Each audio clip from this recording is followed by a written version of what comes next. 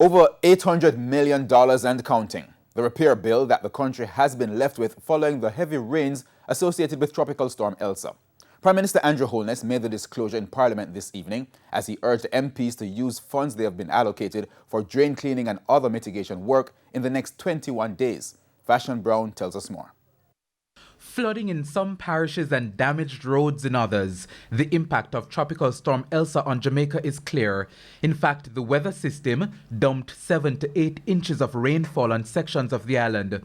Prime Minister Andrew Holness says though the Met Office is still collating data, indications are that the highest levels of rainfall were experienced in the southeastern section of the island, so parishes like St. Catherine and Clarendon were hard hit. Mr. Holness says the National Works Agency's preliminary assessment shows that roughly 177 roads island-wide were affected by Elsa. As damage assessment continues, preliminary figures are in.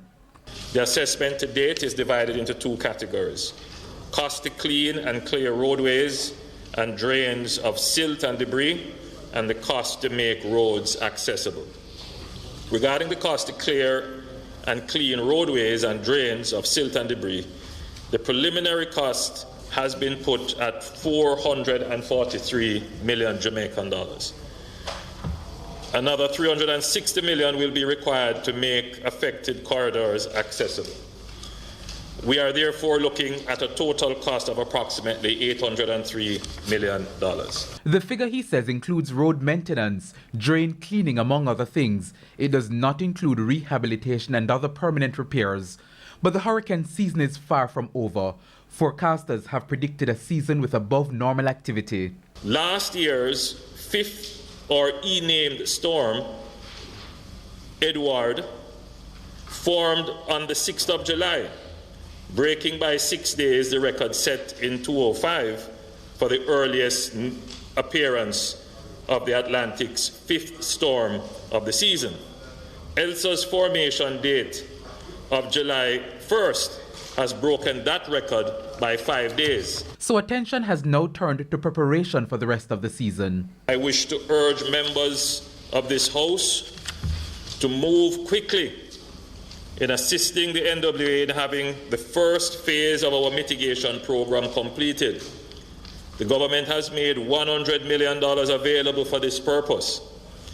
I am aware that the program has been completed in some constituencies, but there are others which are lagging. I want to urge us all to have these activities completed within the next 21 days so that we will be in a better position for the rest of the season. For Member of Parliament for Manchester North West, Michael Phillips, the money MPs get for mitigation work is not enough. But I can only clean only a few major drains in Northwest Manchester with $1 million. Are we going to spend more on mitigation? It is our intention to do so.